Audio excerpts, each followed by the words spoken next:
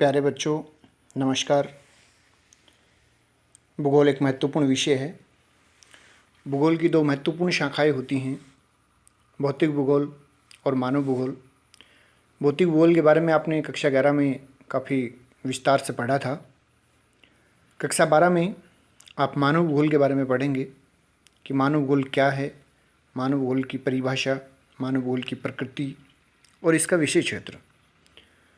भूगोल में जैसा कि आप जानते हो कि भौतिक व मानवीय तथ्यों का अध्ययन किया जाता है और मानव भूगोल मानव और वातावरण से संबंधित तथ्यों का अध्ययन करता है।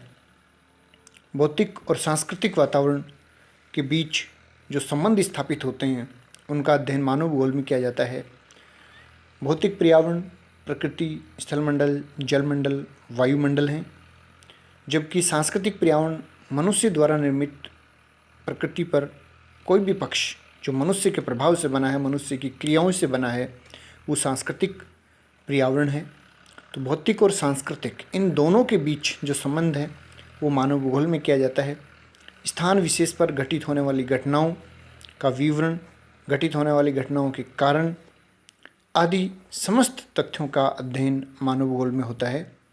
विश्व के विभिन्न भागों में आर्थिक और सामाजिक विभिन्नताएं जो हैं उनका अध्ययन भी मानव भूगोल में किया जाता है। इस प्रकार सार रूप में हम मानव भूगोल की परिभाषा को देखें तो मानव समाज पर्यावरण के बीच संबंधों के अध्ययन को मानव भूगोल कहते हैं। यानी जो पर्यावरण है और मानव समाज है उनके बीच के जो संबंध हैं उनको मानव भूगोल कहते हैं। मानव भूगोल मनुष्य और पर्यावरण के बीच पारस्परिक संबंध और भूदृश्यों का अध्ययन किया जाता है। यानी हम मनुष्य और पर्यावरण के मध्य जो पारस्परिक संबंध हैं उनका अध्ययन करते हैं। यहाँ पर हमें बोर्ड परीक्षा की दृष्टि से 3 महत्वपूर्ण परिभाषाएं याद रखनी हैं। रेडजेल की परिभाषा को बहुत बार पूछा गया है कि मानव भूगोल मानव समाज व धरातल के बीच संबंधों का संश्लेषित अध्ययन है।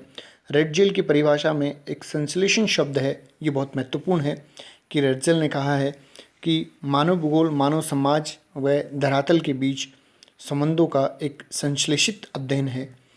एलन सैम्पल इसकी परिभाषा बहुत महत्वपूर्ण है, कई बार इनके बारे में पूछा जा चुका है कि मानव भूगोल अस्थिर पृथ्वी कि पृथ्वी अपने आप में अस्थिर है, वो घूर्णन करती है, परिक्रमण करती है, और क्रियाशील मानव मनुष्य भी क्रियाशील है, हमेशा अपनी आजीविका के लिए क्रियाएं करता रहता है। तो अस्थिर पृथ्वी और क्रियाशील मानव के बीच संबंध, और वो संबंध भी किस प्रकार के, परिवर्तनशील संबंध। ये शब्द बहुत महत्वपूर्ण है यहाँ, परिवर्तनशील संबंध, क्योंकि जो संबंध प्राचीन काल में थे वो आज नहीं है, आज हैं वो आने वाले कल में नहीं रहेंगे, ये संबंध परिवर्तनशील रहेंगे। तो एलन सैम्पल की परिभाषा बहुत महत्वपूर्ण है। मानव भूगोल अस्थिर पृथ्वी और क्रियाशील मानव के बीच परिवर्तनशील संबंधों का अध्ययन है। ब्लांस के अनुसार पृथ्वी को नियंत्रित करने वाले भौतिक नियम, पृथ्वी को बहुत सारे भौतिक नियम नियंत्रित करते हैं, जैसे सूर्य का उत्तरायण और दक्षिणायन होना, तापमान का बढ़ना, तापमान का कम होना, पृथ्वी की घूर्णन गति, ये सभी भौतिक नियम हैं। पृथ्वी को नियंत्रित करने वाले भौतिक नियम व निवास करने वाले जीवों के पारस्परिक संबंधों का एक संश्लेषित ज्ञान ही मानव भूगोल है। कि इन दोनों के बीच का जो संश्लेषित ज्ञान है वो मानव भूगोल है। मानव भूगोल की प्रकृति, मानव भूगोल की प्रकृति जैसा कि इन परिभाषाओं से हमें स्पष्ट हुआ कि मनुष्य और वातावरण के बीच जो संबंध हैं, जो क्रियाएं हैं, वो मानव भूगोल का मूल विषय वस्तु है। यहाँ हम देखते हैं जीन ब्रुन्स ने मानव की केंद्रीय बिंदु मानव को माना है कि जो स्थान है वो मनुष्य और उसकी क्रियाओं का स्थान महत्वपूर्ण है कि वो क्रियाएं कहाँ पर हुई हैं, कब हुई हैं, कैसे हुई हैं।